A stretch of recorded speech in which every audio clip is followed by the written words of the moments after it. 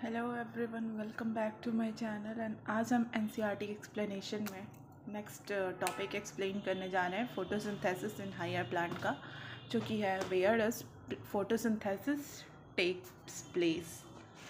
सो next इसमें है कि you would of course answer in the green leaf or in the chloroplast based on what you earlier read in chapter 8. You are definitely right. Photosynthesis does takes place in the green leaves of the plant. It does so also in the other green part of the plant. Photosynthesis में कह रहा है कि photosynthesis जो है वो green leaves में होता है और अदर ग्रीन पार्ट्स में होता है, प्लांट के होता है। ये होता है, टेक्स प्लेस करता है। Can you name some other parts of where you think photosynthesis में ऑकर? तो स्टेम में भी होता है। स्टेम जो ग्रीन स्टेम होते हैं, हर्बेसियस स्टेम होते हैं, उसमें भी होता है। वो स्टेम में ही फोटोसिंथेसिस होता है। जो जहाँ भी ग्रीन पिगमेंट्स, ग्रीन कलर होगा प्लांट में, वहाँ फोटोसिंथेसिस होता है। तो इसका एक एग्जांपल स्टेम भी है। You would recollect from the previous unit that the mesophyll cell in the leaf have a larger number of chloroplast.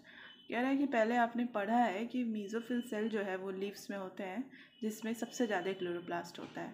तो usually the chloroplast aligning them self along the wall of the mesophyll cell. जो mesophyll cell का जो wall होता है उसी के according chloroplast जो mesophyll में प्रेजेंट होते हैं वो अलाइंग होते हैं उसी के अकॉर्डिंग। जैसे कि सच दैट कि कितना लाइट आ रहा है उस अकॉर्डिंग। जैसे मान लो कि बहुत ज़्यादा हाई लाइट हो तो जैसे प्लांट्स को डैमेज कर देता है, क्लोरोफिल को डैमेज कर देता है। तो हमें बहुत हाई लाइट भी नहीं चाहिए होता है फोटोसिंथेसिस के लिए। बहुत लो लाइट हो तो भी लाइट की ज़रूरत होती है। तो इसलिए हमें दोनों कंडीशन चाहिए होता है कि मतलब ऑप्टिमम हो लाइट, तब फोटोसिंथेसिस होगा। तो इसीलिए क्लोरोप्लास्ट अलाइंग करता है वैसे, ताकि वो हाई लाइट हो तो ऐसे अलाइंग हो जाता है कि कम लाइट प्लांट में इंटर करे, और लो लाइट कंडीशन होता है तो ऐसा अलाइन करता है कि ज़्यादा से ज़्यादा लाइट्स को खींच सके, ताकि वो ऑप्टिमम कंडीशन पे आ जाए जिस पे फोटोसिंथेसिस होता है।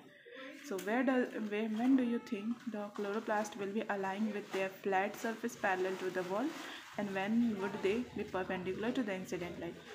कब ऐसा लगता है कि वो जो क्लोरोप्लास्ट है वो फ्लैट में अरेंज्ड है पैरेलल में, और या पैरेलली अरेंज है, या कब वो परपेंडिकुलर अरेंज करते हैं? देखो, ये पैरेलल और परपेंडिकुलर तभी अरेंज करते हैं लाइट के इंटेंसिटी के अकॉर्डिंग।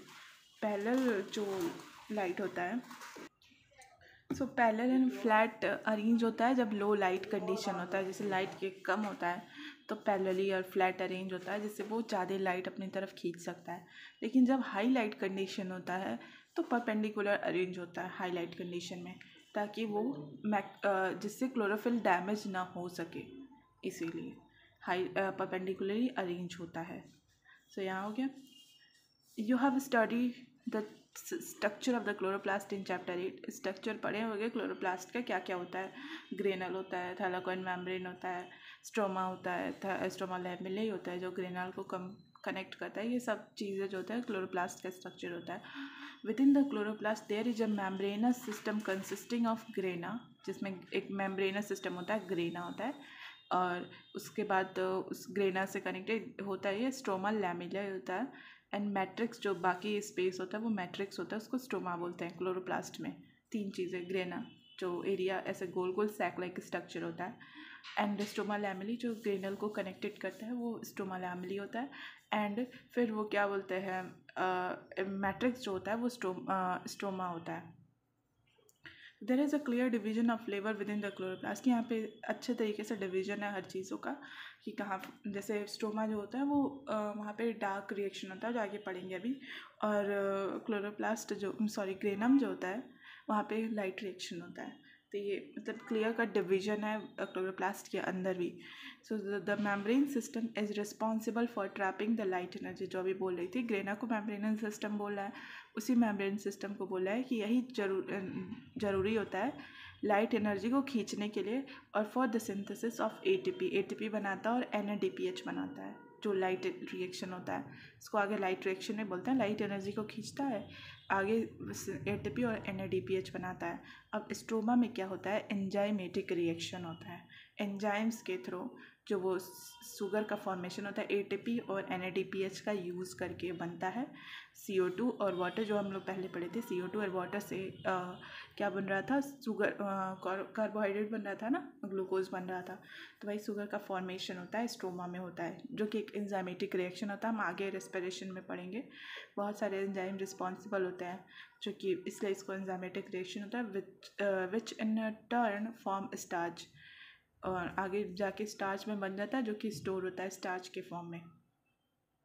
तो ये है the former set of reaction since they are directly light driven. जैसे कह रहा है पहले जो था ये ग्रेनल वाला काम जो था कि जिसमें NADPH और ATP बनना था, इसको कह रहा था कि डायरेक्टली लाइट जब मिलता है तब होता है, तो लाइट रिएक्शन बोलते हैं। या फोटो केमिकल, फोटो मतलब लाइट और केमिकल मतलब केमिकल, लाइट एनर्जी को केमिकल एनर्जी में कन्वर्ट कर रहा है, जैसे जो ATP और NADPH के फॉर्म में स्टोर होता है, तो इसलिए इसको लाइट रिएक्शन और फोटो केमिकल रिएक्शन बोलते हैं। लेटर जो बाद में जो बोला गया जिसमें शुगर का सिंथेसिस हो रहा है, जो कि स्ट्रोमा में हो रहा है, उसको बोलते हैं, वो डायरेक्टली लाइट से ड्रिवन नहीं होता है, बट उसके लाइट के प्रोडक्ट पे डिपेंड होता है। जैसे लाइट के रिएक्शन में प्रोडक्ट ATP और NADPH बन रहा है ना, तो इसी ATP और NADPH के पे डिपेंड होता है जो डार्क रिएक्शन होता है, ATP और NADPH। Hence to distinguish the latter they are called, बाद में उसको बोलते हैं डार्क रिएक्शन बोलते हैं या कार्बन रिएक्शन बोलते हैं, जिसमें वो डार्क रिएक्शन जिसमें शुगर का सिंथेसिस, ग्लूकोज बन रहा था जो स्टार्च के फॉर्म में रिस्टोर होता है,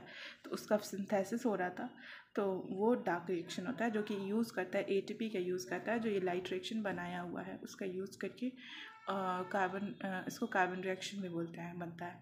however this should not be construed to mean that they occur in the darkness. इसका मतलब ये भी नहीं है कि ये डार्क रिएक्शन जो है वो डार्कनेस में होता है। They are not light dependent, मतलब कि ये ऐसा नहीं है कि ये डार्कनेस में होता है और ये लाइट पे डिपेंड नहीं करते, ये भी लाइट पे डिपेंड करते हैं, क्योंकि चूँकि जो ये ATP और NADP जो लाइट से बन रहा है वो उस पर डिपेंड कर रहा है, उसी की वजह से बन रहा है। तो ये भी ऐसा नहीं है कि ये डार्कनेस में होता है, ये कहना चाहती है NCERT हमारी। और नीचे है क्लोरोप्लास्ट का स्ट्रक्चर है, सेक्शनल व्यू है, जिसमें देख सकते हैं ये ग्रेना है, ये सारी ग्रेना है दिख रहा है। बाकी ग्रेना को कनेक्टेड किए हुए स्ट्रोमा लैमेले, जो पहले मैं बता चुकी हूँ, आउटर मेम्ब्रेन है बाहर का, इनर मेम्ब्रेन है, ठीक है, ये चीज़ें। और ये बाकी जो मैट्रिक्स स्पेस है वो स्ट्रोमा है, इसमें छोटे छोटे राइबोसोम पाया जाता है और DNA स्ट्रक्चर भी पाया जाता है। सो इसलिए इसमें राइबोसोम या राइबोसोम ऑर्गेनेल्स के अंदर भी पाए जाते हैं, जो सेल में है ये टॉपिक। उसके बाद से स्टार्च ग्रेन्यूल्स है, ये छोटे छोटे, और एक लिपिड ड्रॉपलेट्स है, सॉरी ये स्टार्च ग्रेन्यूल्स से बड़ा वाला है, ये छोटे छोटे इसमें जो है वो लिपिड ड्रॉपलेट्स हैं। तो ये है क्लोरोप्लास्ट का स्ट्रक्चर। आई होप आपको समझ आया होगा। नेक्स्ट टॉपिक हम नेक्स्ट वीडियो में कवर करेंगे।